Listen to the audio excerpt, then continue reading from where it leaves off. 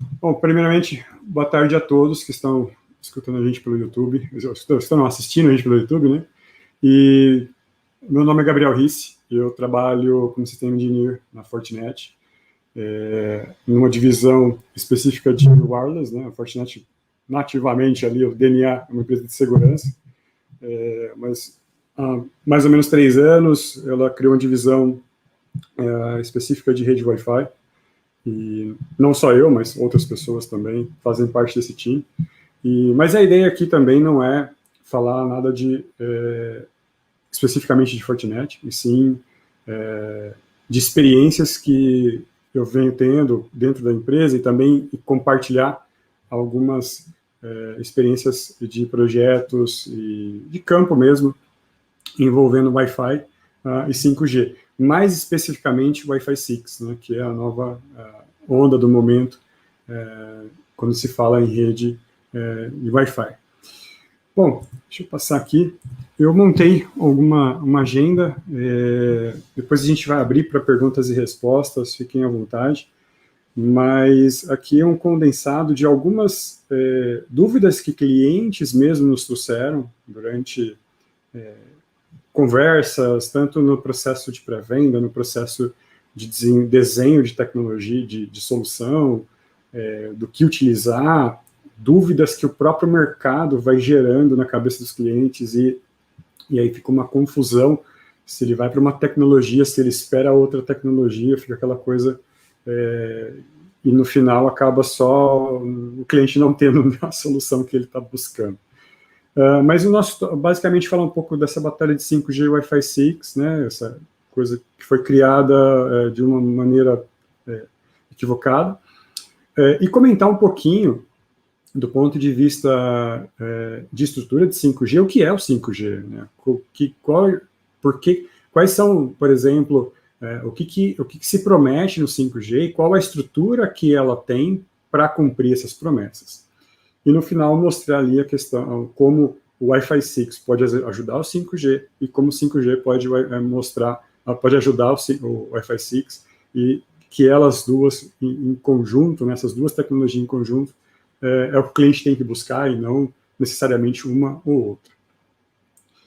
Mas, basicamente, como eu disse, essa demanda, vamos dizer assim, a ideia de criar esse conteúdo, ela veio de algumas discussões que eu tive em alguns projetos aqui no Brasil e fora, sobre sempre o cliente falando, a gente estava falando sobre a evolução da rede dele, para onde ele iria, se ele iria fazer um projeto para fazer um replace da rede antiga, legada para o Wi-Fi 6, e aí alguns clientes começaram, não todos, mas alguns, começaram a questionar, mas será que a rede Wi-Fi não vai ser substituída por 5G? Eu tive uma reunião com o operador A, o operador B, e eles me disseram que a rede 5G vai resolver todos os problemas de conectividade que eu tenho, né? E aí então a gente começa um trabalho de mostrar para o cliente, olha, não é bem assim, né? A rede 5G, sim, ela tem alguns benefícios bem interessantes, mas ela tem algumas barreiras, né? Não é a mesma coisa que você montar a tua infraestrutura de Wi-Fi, né? O Wi-Fi, ele permite você ter total controle sobre a rede, um investimento, né, bem mais, uma base proporcional bem menor do que um investimento numa infraestrutura de 5G, enfim. E aí começou essa discussão e eu comecei a trabalhar, procurar ter um conteúdo para até mesmo mostrar, comparar os dois, coisas boas dos dois, coisas ruins, e para mostrar que não existe uma competitividade de tecnologia e sim uma paridade. Bom, qual a promessa das duas tecnologias, né? O 5G, tanto para indoor como para outdoor. O 5G se fala muito de baixíssima latência, então suporte a baixíssima latência, ser uma rede bastante confiável, né? Totalmente ali, a disponibilidade dela é algo realmente que se diferencia do Wi-Fi 6. Existem dois conceitos dentro da rede 5G, que são redes públicas e redes não públicas, ou seja, rede privada. Eu vou falar mais com detalhe adiante sobre esses dois pontos. Suporte a ambiente de missão crítica. Então, nativamente, né, a rede 5G, ela já possui esse pré-requisito né, de suportar ambientes de missão crítica. E ali o provedor, né, o operador, o telco, ele pode também ter a opção de criar uma espécie de pedaço da pizza da rede dele dentro do ambiente do cliente, que é a parte de virtualização de serviços. A gente vai entrar mais adiante também no detalhe dessas virtualizações, o que são essas virtualizações de serviço. Porque falando assim genericamente, parece que é tudo, né, perfeito. Wi-Fi 6, então, qual a promessa? Também para o ambiente indoor e outdoor. Uma das promessas do Wi-Fi 6, a gente já não tem mais tantos problemas com o co-channel, tanto em 2.4 como em 5 GHz, e agora a gente também já fala em Wi-Fi 6E, né, na questão de 6 GHz, mas, enfim, a gente vai ter também mais banda, mais capacidade de taxa de transmissão. Um ponto bastante importante, suporte a dispositivo legado. A mesma infraestrutura Wi-Fi 6 pode conectar os dispositivos legado, apesar dele não ter os benefícios do Wi-Fi 6, mas eu vou reaproveitar essa infraestrutura para conectar os dispositivos legados também, coisas que no 5G é só 5G, o dispositivo precisa suportar 5G para se conectar na infraestrutura. Wi-Fi 6 e Wi-Fi em geral pode atuar como offload da rede 5G e 4G, e aí esse é um ponto que a gente vai falar mais lá adiante. Por que ainda falar de offload, né? Esse é um ponto que, mas com todo esse tipo de tecnologia, conectividade que eu tenho, qual o sentido de falar de offload? Então a gente vai deixar um espaço para a gente falar só disso. E obviamente a questão de orçamento. Né? Para você ter uma infraestrutura de Wi-Fi é muito menor do que se ter uma infraestrutura dedicada de 5G e bem menos complexa também. Então tem esse ponto bastante importante. Bom, a parte dos entraves das duas tecnologias, né, o 5G, sempre a barreira inicial é a questão do investimento, né, para eu montar uma infraestrutura completa de 5G dentro da minha companhia, é um investimento bastante alto, complexo, não é tão simples. As redes não públicas, as redes standalone, elas têm um espectro bastante limitado, varia muito de região para região. A gente, por exemplo, aqui a gente ainda não tem nem a definição disso ainda, mas em outros países que já se utiliza a rede não pública, já tem a questão de limitações também de espectro. Ambiente complexo, quando você precisa de ter essa rede não pública, por algum motivo, ela tem alguma aplicação ou algum controlador de aplicação que ele precisa falar com o mundo externo, então aí começa as problemáticas de como ele vai falar com esse mundo externo. A gente vai falar um pouco mais adiante. Obviamente, 5G é 5G, não vai suportar os dispositivos que suportam somente 4G ou 3G se conectarem nessa infraestrutura. Simplesmente, os dispositivos precisam estar compatíveis com a frequência de 5G. Wi-Fi 6, o que a gente do mercado de Wi-Fi, pelo menos na experiência que a gente tem tido, a gente está vendo uma adoção um pouco mais lenta quando eu comparo a adoção do Wi-Fi 5 na linha no 802.11ac com o AX atual. A adoção foi muito mais rápida e agora a gente tem uma adoção muito mais lenta por parte até mesmo dos fabricantes de dispositivo cliente, né? Então hoje a gente tem sim dispositivos Wi-Fi 6 suportado tanto nos access points como nos dispositivos móveis, mas são dispositivos de alta gama, né? São dispositivos mais high-end. Já nos dispositivos, vamos dizer, mais genéricos que as empresas geralmente estão adquirindo, ou que os usuários mesmo estão comprando, ainda são dispositivos ou AC, ou muitos deles ainda nem AC, né? Então a gente tem uma adoção bastante lenta. O standard do Wi-Fi 6 demorou muito para se realmente ter uma versão, falar, aqui é a versão que a gente vai considerar como ratificada e tudo mais. Isso levou para caramba, isso é de junho de 2020, isso também atrasou, em consequência, o desenvolvimento dos chipsets, né, os drivers. A gente viu não só um fabricante, mas vários fabricantes com problemas de drivers, porque basicamente esses drivers dos rádios são os mesmos, né? A gente tem dois grandes fabricantes de rádio e chipset no mundo, e quem teve problema com um também teve, enfim, isso não é segredo para ninguém. No Wi-Fi 6 a gente não tem, né, a premissa de suportar baixa latência, na realidade, ou seja, o que seria baixa latência? conectividade com menos de 4 milissegundos, né? A gente não tem essa premissa. Em alguns momentos é possível, a gente tem como elaborar uma rede com baixa latência, mas não tem como se garantir essa baixa latência, como a gente consegue fazer esse trabalho de garantir a baixa latência no 5G. A cobertura outdoor, mesmo o Wi-Fi 6, ela ainda não é tão confiável como a cobertura outdoor de 5G, então o 5G ele possui mais peças, vamos dizer assim, dentro do nosso Lego, para montar essa rede outdoor de uma maneira mais confiável. Não que ela não tenha, mas realmente ter confiabilidade, de disponibilidade de acesso, de questões de interferência, de espectro. O 5G ele tem uma premissa mais detalhada nesse ponto, principalmente porque ele é desenvolvido 100% para, né, o foco para ambientes grandes, ambientes outdoor. Bom, falando um pouquinho, então, dessas redes. O que é uma rede não pública, né, em cima de rede 5G? Basicamente, a rede não pública, ela foi pensada para ambientes grandes, organizações grandes, indústrias grandes. Ela, geralmente, né, obrigatoriamente, você precisa fazer a instalação de equipamentos, antenas, torres, e toda a estrutura de serviço, de autenticação e acesso dentro desse ambiente, desse campus. Ele não é para uso geral, então esse é um ponto do 5G que os clientes confundem. Por exemplo, o cara é uma universidade e ele conecta alunos, né? E aí ele acha que a rede 5G, ele vai montar uma rede 5G lá não pública e vai resolver todos os problemas dele, mas na realidade não. A rede não pública, ela não é para ser utilizada para qualquer tipo de aplicação, ela tem aplicações específicas, né? Então ela é desenhada para atender determinadas demandas. A gente vai falar um pouquinho mais adiante, entrar um pouco mais em detalhe disso. Então essa é a primeira confusão. Então, geralmente, existem dois modos que se utiliza aí as redes, que é implementado as redes não públicas, o standalone e o ambiente compartilhado, os recursos compartilhados com o operador.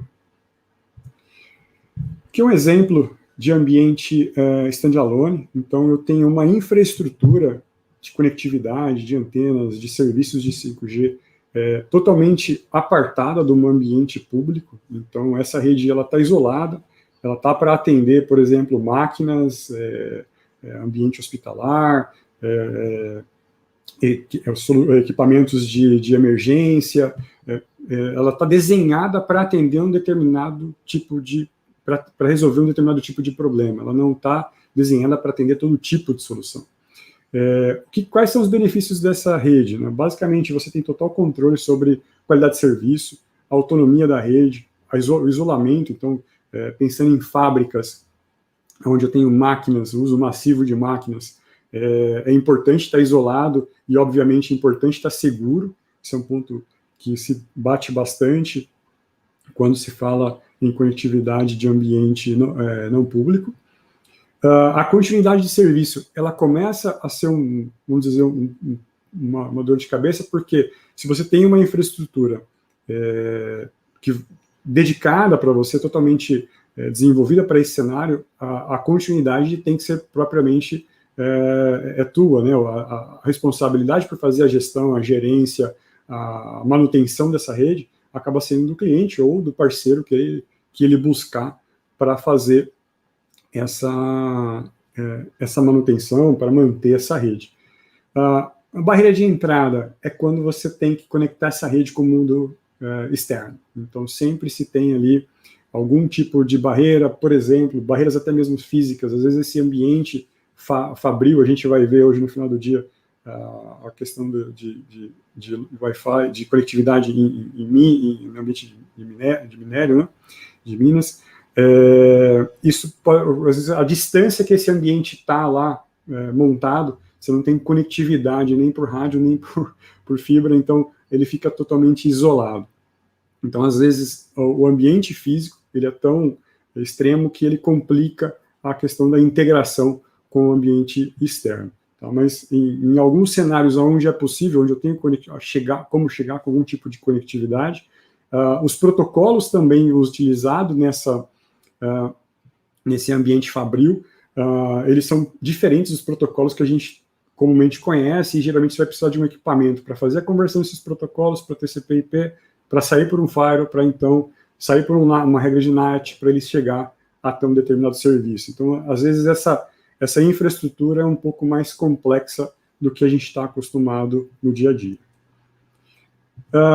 Aqui um ambiente integrado, né, seria um network slice, vamos dizer assim. Então, aqui, basicamente, é um pouco diferente, onde a operadora já é dona da rede, e ela, então, instala dentro do ambiente do cliente uma infraestrutura menor, mas uma infraestrutura com antenas, com algumas coisas de acesso, alguns serviços de acesso, mas toda a parte de core é compartilhada. Então, vamos dizer, esse ambiente virtualizado, ele está sendo gerido, está sendo gerenciado por um core centralizado que fica na operadora.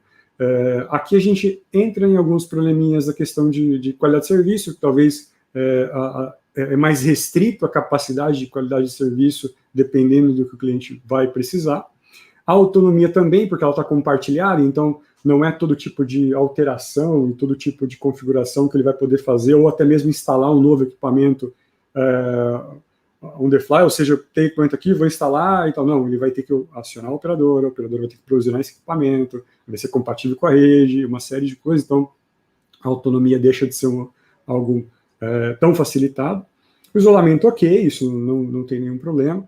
A segurança também, ela é compartilhada, então vai ter momentos que a segurança determinada, ela passa pela mão do cliente e em alguns momentos que a segurança fica na mão da operadora. Então isso é uma coisa que tem que ser bastante acertada já no início do processo de uma rede não pública.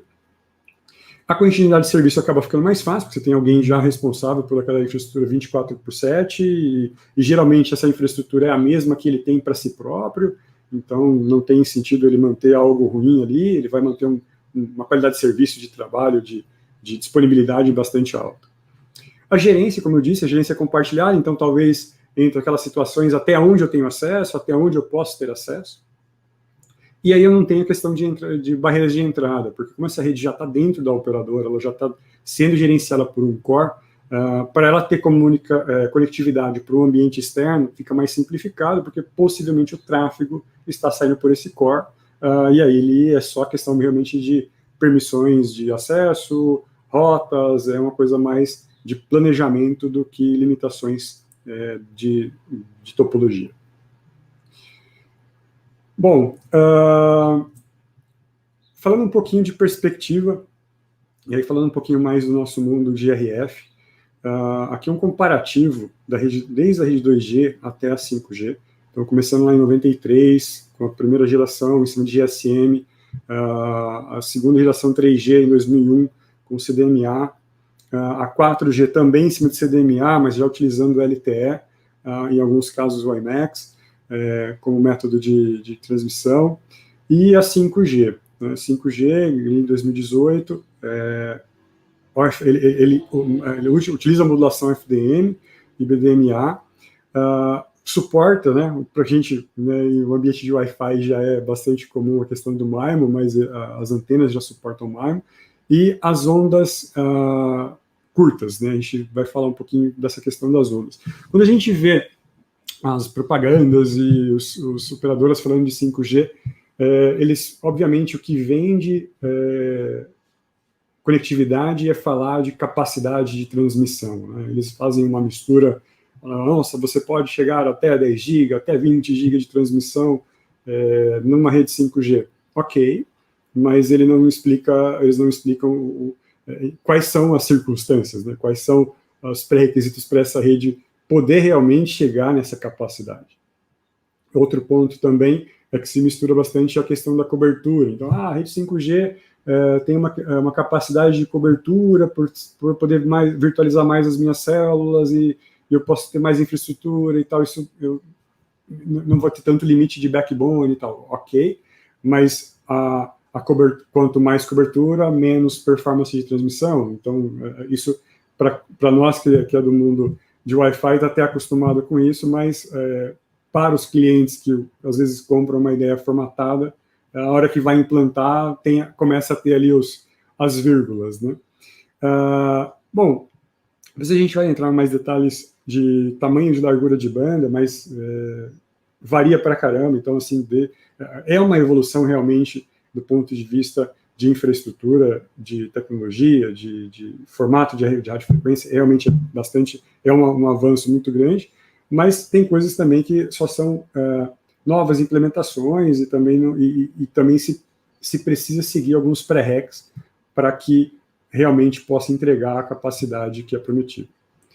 Bom, falando da parte mais detalhada da infraestrutura, então realmente o cliente pode ter ali um pico, vamos dizer, de performance de download de até 20 gigabits por segundo, que é o que o standard permite. Porém, vamos dizer, os data rates que a gente pode confiar, que a gente pode realmente transmitir em ambientes densos, não tem nada a ver com esses 20 gigabits do standard. Geralmente, se é provisionado hoje, se é pensado em ambientes urbanos com alta densidade, para até 100 megabits de data rate, tá? Então, também não está relacionado com o throughput TCP, não está relacionado, não. Não é o throughput da aplicação, TCP, enfim, ali é o data rate máximo que o dispositivo pode alcançar. A parte interessante, mesmo para esse ambiente urbano de alta densidade, é possível se garantir até 4 milissegundos de latência. Então, mesmo em ambientes densos, ambientes onde tem muito usuário, a baixa latência ela é garantida. Tá? Então, isso é um ponto bastante interessante. E a gente entra na questão das bandas. A gente tem 3 bandas hoje que são implementadas dentro de uma rede 5G. Seria alta, média e baixa. A alta, obviamente, as ondas são curtas, são bem menores. Porém, elas possuem uma capacidade de transmissão altíssima, né? Desenhar, por isso que eu citei no começo lá, sobre a rede 5G, ela promete um monte de coisas, mas eu preciso saber exatamente qual a aplicação que eu vou utilizar essa rede 5G. Então, se eu preciso fazer uma transmissão, por exemplo, de um streaming que vai utilizar um data rate bastante alto, passar uma quantidade de dados bastante elevada, eu não tenho como correr muito de utilizar ondas mais curtas. Né? E a gente tem as ondas médias, que ela provém vamos dizer assim, um balanço entre velocidade de transmissão, taxa de transmissão e cobertura. Então, essas são as redes mais utilizadas hoje para uso mais genérico. Então, os dispositivos nossos celulares, vamos dizer assim, os dispositivos móveis, essas são as redes que a gente mais vai utilizar, porque a gente vai conseguir ter próximo ali de 100 megabits reais de taxa de transmissão, com uma latência baixa, eu consigo ter uma taxa TCP de tráfego de dados bastante confiável, bastante alta, e eu consigo alcançar uma quantidade de usuários elevada também de densidade. E aí a gente tem as ondas baixas. As ondas baixas são basicamente para levar cobertura. Então, se a gente pensa, por exemplo, em locais onde eu preciso ter cobertura 5G, mas a taxa de transmissão, a quantidade de dados que eu vou transmitir, ela não é tão elevada, as ondas maiores e de menor capacidade, elas mais baixas, né, elas fazem mais sentido. Até mesmo em alguns cenários onde eu tenho dispositivos, né, ou máquinas, ou dispositivos IoT, por exemplo, que a taxa de transmissão dele é muito baixa, ele passa uma informação bem pequena, vamos dizer assim, ele está mais... às vezes é mais importante a latência do que a taxa de transmissão em si, a quantidade de dados que ele vai transmitir, e aí faria um pouco de sentido utilizar até uma onda mais longa do que uma onda mais curta com menor cobertura. Mas aí depende muito de cada cenário. Bom, outro ponto, além da latência de 4 milissegundos, existe a capacidade de trabalhar com latências até menores de 1 milissegundo. Tá? Então aí a gente está falando de ondas de ondas curtas, porém ondas altas, que é a capacidade, que são as ondas altas, que elas são desenvolvidas para atender situações específicas. Né? Então, por exemplo, veículos autônomos, a partir de conectividade de saúde, automação de fábricas, de ambiente fabril, e sistemas de de emergência, né? Por exemplo, o sistema de 190, imagina você ligar no 190 e ele der linha ocupada, né? Então não faz sentido. Tem algumas aplicações que elas vão exigir, sim, essa questão de ter ultra confiabilidade, ela não pode falhar, ela não pode ter um delay, e, obviamente, essa infraestrutura, ela não está só do lado da base, né, do lado do base station, da infraestrutura, ela vai estar também do lado do dispositivo que você vai utilizar. Então, por exemplo, o ambiente de fábrica, ele não vai estar lá com um celular simples, que tem um problema, até mesmo está mais preocupado com economizar bateria do que fazer a transmissão do sinal. Então tem que estar tudo equalizado. Então, assim, essa parte de baixíssima latência, com uma capacidade de transmissão elevada em termos de performance, ela está reduzida a alguns mercados, né, a alguns cenários. Falando das máquinas, né, a gente está já há alguns anos falando de IoT, e aí agora a gente chegou no momento onde cada vez mais a gente não é mais uma novidade, né, cada vez mais a gente está lidando mais com dispositivos dentro da rede, que não são necessariamente notebooks, smartphones, tablets, e sim dispositivos fazendo algum papel dentro da rede, né. Ontem o Yuri fez a apresentação da parte de programabilidade com o Raspberry Pi. Eu também já vi o Raspberry Pi sendo utilizado para N coisas. A gente vê como os nossos clientes, eles são criativos. Eu vi, inclusive, um caso de uma fábrica em Minas, uma fábrica de carros, de peças de carros, na verdade, onde eles utilizam o Raspberry Pi para fazer localização das máquinas internas na fábrica. Isso é um ponto interessante. Eu não entendia, até ir ao local, né, conhecer o ambiente para poder entender o que o cliente estava fazendo. Ele falava, não, eu preciso fazer a localização das minhas máquinas, né? Eu fiquei imaginando o que seriam essas máquinas, né? Eu falei, cara, se ele precisa localizar, deve ser algo pequeno, que não pode perder, deve ter um custo alto, por exemplo, um handheld, um coletor ou algo do tipo. Quando eu cheguei lá, as máquinas que ele queria fazer monitoramento era maior que uma casa, era uma estamparia de metal, e a máquina era um negócio gigante. A fábrica do cara, a gente andava com um carrinho dentro para conseguir se locomover. E por que ele precisava fazer essa localização desses dispositivos, né? Porque conforme aquela máquina, conforme a posição que ela estava dentro da fábrica, ela estava num estágio de fabricação. E cada máquina dessa tinha um Raspberry Pi embarcado, né, colado literalmente na estrutura dele, e ele se conectava via Wi-Fi. E esse Raspberry Pi, ele usava também a interface Bluetooth para fazer a localização dele. E aí, conforme ele estava na posição da fábrica, eles montaram uma aplicação que mostrava a fabricação, o estágio de fabricação das peças. Então, por exemplo, o CEO da empresa basicamente entrava naquele mapa e olhava a produção para, não vou citar o nome da empresa aqui, mas para o XPTO está em tantos %, né? Já passou tantas vezes a máquina A, B, C e D por aqueles pontos, ele calculava e ele já dava, então, a previsão de entrega das chapas, dos pedaços lá que ele fabricava para a fábrica de automóveis. Então, assim, a aplicação disso ela é infinita, né? A gente vai depender muito da criatividade dos nossos clientes e da capacidade da gente também entregar essa conectividade, tanto 5G como Wi-Fi. Falando um pouquinho das bandas, tá, que estão disponíveis para 5G, né, são três tipos de bandas diferentes, de aplicações diferentes. A mais genérica, que é a ANR, que é a New Radio, geração 1. Então aqui eu tenho várias bandas que aí cada operadora vai utilizar e vai trabalhar nessas bandas conforme ela for pagar o licenciamento.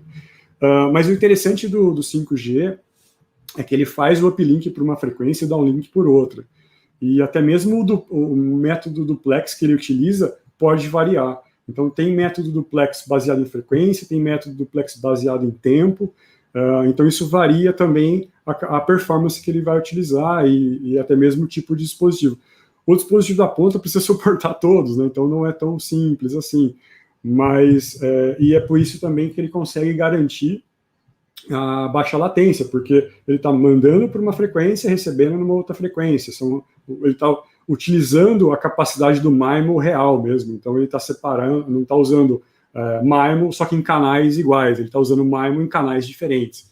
Então isso ajuda bastante também na questão dele. Às vezes ele pode ter uma taxa de download diferente de upload, por uma questão de congestão, por uma questão de utilização da rede, mas vai sim ter uma questão. Nesse ponto, ele tem um diferencial de transmissão, se a gente comparar com o Wi-Fi puramente, vamos dizer. Né?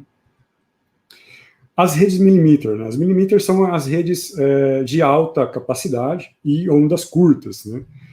Elas utilizam já frequências, até esqueci de citar aqui atrás, as frequências aqui, elas variam para caramba, então pode ser começar ali 824 MHz e até 4.000 e pouco. Então, assim, a variação de frequência da rede genérica, vamos dizer assim, varia bastante e cada país, né, vai ter a sua regulamentação que pode utilizar ou não. Já em millimiter, também, obviamente, está embaixo de regulamentação, mas aqui seria o standard. Ela já utiliza frequências de uplink e downlink bastante altas, 25 GHz, 29 GHz, 24 GHz, então varia também que banda que você vai utilizar, mas também diferenciando uplink de downlink, e o tamanho da onda também é bem, assim, bem diferente. Então, por exemplo, a onda ela começa com 50 MHz, tem a opção de trabalhar com 100, 200 até 400 MHz. Então, imagina a quantidade de tráfego que eu posso passar nessa rede. O problema é que a questão realmente da distância. Essa rede não é uma rede de cobertura, né, de sei lá, 100, 200 metros. Ela é uma rede mais densa, mais curta, de cobertura bem mais próxima da base. Então, tem essa aplicação, tem essa questão da aplicabilidade também. Para ambientes... desculpa. Até esqueci de comentar. Especificamente, essas redes millimiter são as redes utilizadas naqueles ambientes standalone que eu comentei. Então, onde o cliente monta uma infraestrutura para atender uma demanda específica que ele tem. Então, basicamente, essas são as frequências que ele vai utilizar. Aqui um comparativo do New Radio com o 4G. Então, já tem duas gerações de New Radio, a 1 e 2, a G1 e G2, aliás. A modulação delas é o que a gente também conhece em cima de coM até 256 coM, em OFDM. Os subcarriers em 5G vão ali de 30 Hz até 60, né? Pode variar um pouco, 15 também, 15 se você utilizar o CPO-FDM, e a de baixo também, para 30, 60 kHz também, o tamanho das subcarriers. E se a gente compara com 4G, ela estava limitada a 15 Hz também. Então, assim, a diferença é bastante grande na capacidade de uma rede genérica mesmo, de transmissão para dispositivo que está literalmente em campo. Né? Bom, falando um pouquinho do slicing, né, da capacidade de virtualizar serviços da rede. Então, eu tenho a minha UE, que é a base da minha estação. Essa estação, eu vou colocar ela dentro de acesso dentro do cliente, próximo ao cliente. Então, o cliente ele vai ter uma rede dedicada, vamos dizer assim, para ele, né? Uma rede com um nome específico, uma rede que ele vai ter autenticação para ele. E ali, obviamente, ele vai precisar estar especificado muito bem o que ele vai utilizar. Né? Se são máquinas, se é ambiente médico, o que ele vai utilizar dentro dessa rede até para provisionar a cobertura, a capacidade. Não é simplesmente uma rede para se atender todo tipo de demanda. Mas hoje em dia, com o 5G, muita coisa que antes era hardware, hoje se transformou em software. Vários serviços que antes o cliente tinha, ou a operadora tinha que colocar uma caixa, um appliance para fazer, né, e essas caixas eram muito específicas, totalmente proprietário, se tornou software. Então, hoje, basicamente, o cara consegue colocar uma infraestrutura dentro de uma torre, onde ele fornece boa parte dos serviços baseado em software, né? E aí o que sobra para a parte de hardware é realmente a parte de transmissão, de antena, de rádio, mas o código em si, a solução em si, muito dela está rodando em cima de software. Então isso facilita a questão da virtualização. O hardware, a parte mais pesada de hardware, continua dentro do core da operadora, que aí a capacidade e também os recursos que ele vai entregar são bem maiores do que a plataforma que está virtualizada na ponta. Aquele slide acaba falando um pouquinho disso aqui. Então, antes do 5G, eu tinha funções específicas e centralizadas, né, protocolos dedicados, então não eram protocolos que a gente está acostumado a ver, vamos dizer assim, dentro do ambiente de TCP/IP, eram protocolos que em algum momento se tornam TCP/IP também, mas dentro da rede 3GPP é outro tipo de comportamento, outro tipo de protocolo. Um protocolo muito utilizado dentro da rede 4G é o Diameter, que não é novo, mas é o que era utilizado. E na rede 5G, isso começa a mudar totalmente, né? A rede 5G, do ponto de vista de arquitetura, ela não tem nada a ver com a 4G, né? Ela é baseada em serviço, ela já é baseada em virtualização, ela é mais software do que hardware, até mesmo as próprias operadoras podem hospedar serviços em nuvem pública. Os protocolos que ela utiliza para falar cada peça, cada pedacinho do Lego dela, já é baseado em HTTP, não é um protocolo proprietário. Ela está nativamente aberta à gestão externa. Então, por exemplo, uma operadora pequena, uma MVNO menor, ela pode contratar o serviço de gestão de um cara maior, porque essa gestão toda é baseada em um orquestrador que ele vai utilizar uma API, né, um REST API, que é padrão de mercado. Ele tem uma compatibilidade tanto de levar a carga de dados para outro operador, como receber essa carga de dados.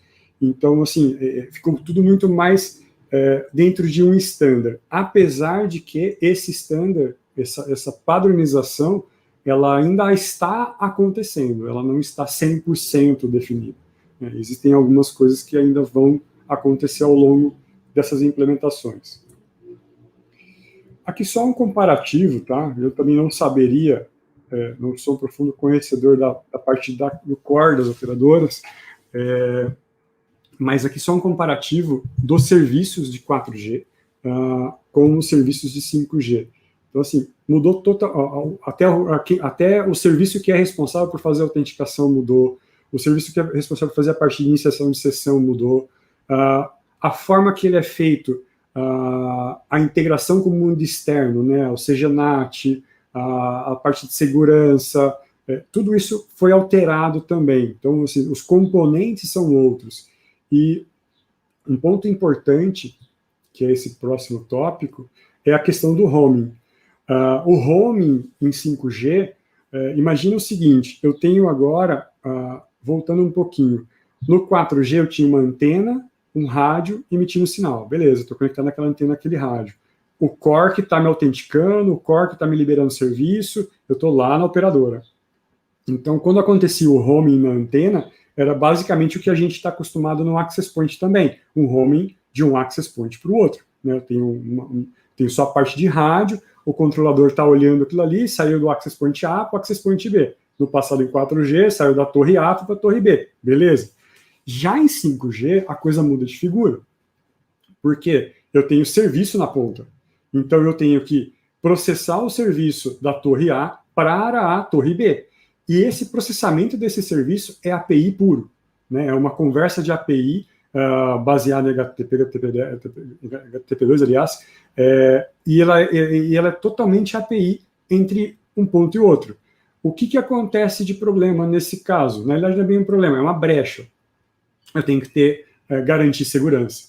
Né? Porque se eu estou passando texto puro, basicamente HTTP, eu posso ter ali um espaço para problemas de segurança. Então, a rede 5G, ela envolve um nível de segurança hoje muito maior do que a rede 4G, até mesmo porque os protocolos são standard. Então, não é difícil de se fazer uma captura de pacote e analisar esses pacotes. No passado, na 4G, também é possível fazer captura de pacote, porém, analisar os protocolos é um pouco mais complexo. Aqui já não. Então, isso aumenta bastante a complexidade do roaming. Então, enfim, isso é um dos pontos aí de atenção a todas as operadoras que estão implantando 5G e também os clientes que estão pensando em implantar algo dentro das suas fábricas. Esse é um ponto bastante de atenção. Aqui é um cenário simplificado do que é a parte virtualizada e do que é o core da operadora, né? Então, aí na parte do RAM, que seria toda a base a torre, sim, a parte de sinal. E aí eu tenho os meus serviços, né? Então, a parte de Secure Gateway, que é responsável por fazer autenticação, de validação do dispositivo, se o dispositivo realmente ele pode autenticar, o SIM card pode autenticar ou não, ele que faz essa validação, ele tem capacidade de manter cache local, então ele não precisa fazer essa validação toda hora no core, tem uma série de coisas. E se a gente olhar para baixo, dali ele já pode sair para a parte enterprise ou para a internet, ou seja, o enterprise seria a comunicação das máquinas com algum controlador, com alguma aplicação interna, e a internet realmente, se ele tiver uma capacidade com firewall de N6 fazendo CGNAT, ele já sair para a internet e acessar algum serviço externo. Já a gestão lá em cima, ela está aberta, né? Então a gestão pode ser feita tanto pela operadora como por um terceiro. Às vezes a operadora em si ela tem o espectro, mas todo o serviço de gestão é provido por uma outra empresa, enfim, ou até mesmo pelo fabricante da solução, e isso ele consegue ter esse acesso sem precisar vir pelo core da operadora, ele consegue acessar isso diretamente. E a parte do core, então a parte do core é onde vai ficar todo concentrado a parte mais pesada da solução. Então, por exemplo, quando a gente está falando de offloading, isso é um ponto interessante. O offloading, quem processa ainda é o core, tá? Então não é a ponta. Por mais que o usuário está conectando naquela torre, naquela UE ali dedicada, ele vai, na realidade, está sendo processado lá pelo core. Então o offloading ainda é mantido pelo core. Esse é um dos pontos que não foi alterado. E, obviamente, do core ele tem acesso à internet, tem acesso à parte enterprise, isso não muda também. Beleza. Vamos para o próximo ponto, e é o nosso ponto inicial, vamos dizer assim. Eu estive, algumas pessoas também aqui que participaram do evento também estavam no ano passado em uma das conferências do CWNP. E foi bastante falado também sobre LTE interno, né, a parte de rede de utilização de LTE interno, de 5G também foi citado por alguns fabricantes. E a melhor mensagem que eu vi lá é a mensagem que eu coloquei aqui também. Wi-Fi e 5G junto é melhor, né? Obviamente a gente vai muito mais longe quando a gente junta as duas tecnologias. O que o cliente está buscando? O cliente está buscando conectividade. O que a gente tem que ofertar para ele? Conectividade. Se é Wi-Fi 6 ou se é 5G, é conectividade.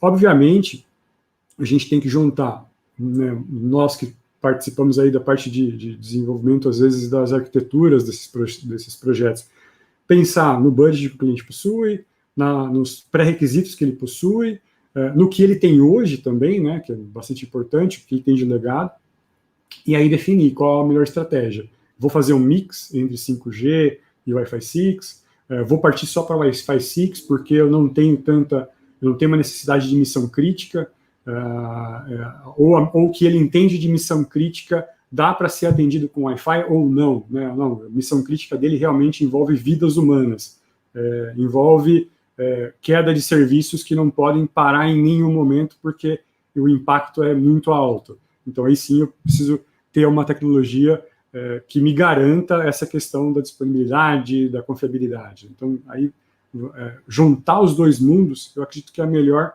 saída para todos todos os clientes, de não se basear, criar uma rivalidade entre uma tecnologia e outra, sendo que as duas se completam, né?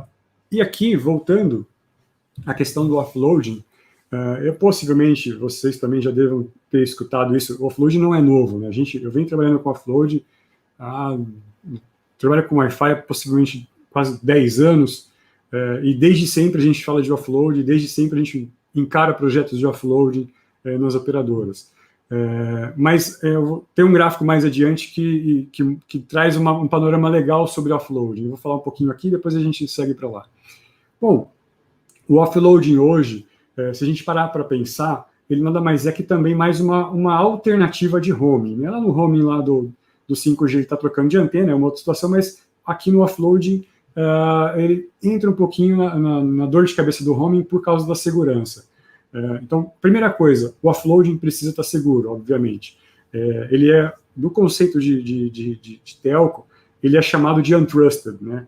A rede Wi-Fi vindo para dentro do ambiente trusted, que é a rede 3GPP. E nem toda operadora permite fazer esse offloading também. Tem algumas operadoras que são bastante duras quanto ao que ela vai te entregar de informação para fazer essa integração. Basicamente, essas integrações são feitas por autenticação do SIM card, do IPSIM, ou Captive Portal, quando o SIM card não tem essa opção ali naquele momento, ou como alternativa de falha, eu vou para o Captive Portal. Outra coisa que o offloading traz também é uma experiência melhor para o usuário, né, que o usuário tem, o usuário da operadora A, ele está dentro de um aeroporto, ele está dentro de um outro ambiente e ele consegue ter acesso à rede, né, que ele está acostumado sem ter que fazer autenticação, sem ter que criar uma conta, enfim, facilita para o usuário. Outro ponto importante é que ele reduz a congestão de rede.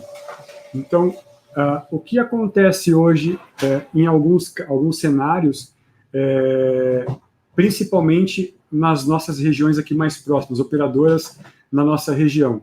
Algumas operadoras da nossa região, elas não possuem o espectro total que ela precisa. Então, às vezes, ela tem um pouco de espectro, e só que em determinadas cidades ou determinadas regiões, o espectro que ela utiliza é da outra operadora, ela paga para utilizar a outra operadora. Então, esse usuário que está conectado naquela rede, naquela frequência que não é dela, ela está pagando o tráfego que aquele usuário está utilizando lá. Então, um dos caminhos, uma das alternativas é o offload, né? Ou seja, ele monta uma infraestrutura mais em conta, onde às vezes eu já peguei casos na América Latina, que é onde a operadora, ela era operadora móvel, mas o que ela mais tinha era fibra nas cidades. Então, era uma coisa, né, impensável, mas se tem. Então, para ela fazia muito sentido investir em offload. Tem uma rede de offload hoje mista de tudo quanto é fabricante. Eu já atendi eles em 2 fabricantes diferentes, e é interessante como o offloading para eles é parte do negócio. Não tem como aquela operadora rodar sem offload. Ô, Gabriel, desculpa te interromper aqui. Se você puder fazer o wrap-up aí mais uns 2 minutinhos, para sobrar 5 minutos para pergunta aí. Beleza, eu acho que o tempo aqui, então, não calculou certo, cara, beleza. Só para fechar aqui. A monetização, um dos pontos de monetização da parte de offload também, o que eu quero mostrar mesmo, aqui essa topologia ela é simples, né, não tem nada de segredo, um access point, um controlador fazendo a interconexão GRE ou L2TP com o concentrador, que é o que geralmente utiliza no offload, e esse gráfico é o mais interessante de tudo. Inclusive, é da própria Cisco, que ele mostra a evolução da rede do 2G para o 3G, para o 4G, e o quanto de tráfego a gente está indo, é previsto, né, ir para o offload. Então, assim, quanto mais disponibilidade de rede eu tenho, mais offload eu vou ter dentro da rede 4G. Desculpa, 5G. Deixa eu só finalizar aqui. Bom, as conclusões. Wi-Fi 6 não vai resolver, né, todos os problemas de mobilidade que nós temos, porém, sempre é muito interessante na questão, em termos de custo, é o principal ponto de diferença entre os dois. A rede 5G não vai conseguir, né, fazer o replace da rede Wi-Fi 6 também, a questão de limitação de mercado, budget, uma série, enfim. A rede 5G era totalmente diferente da 4G, então, né, esse é um ponto bastante importante, porque o investimento disso e a complexidade que isso traz para uma implementação nova tem que ser levado em consideração. O HTTP, ele vem para substituir protocolos proprietários. A segurança dessa comunicação HTTP é um ponto bastante importante, porque tudo vai passar para o HTTP e, obviamente, a gente tem que tomar bastante cuidado nessas informações.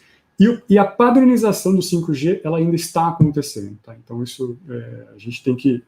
Vai ter algumas mudanças ainda nesse cenário todo, porque as redes estão sendo implementadas e nada ainda é 100% fechado, vamos dizer assim. Beleza. Bom, era isso que eu tinha para passar para vocês. O pessoal que tiver perguntas, fiquem à vontade.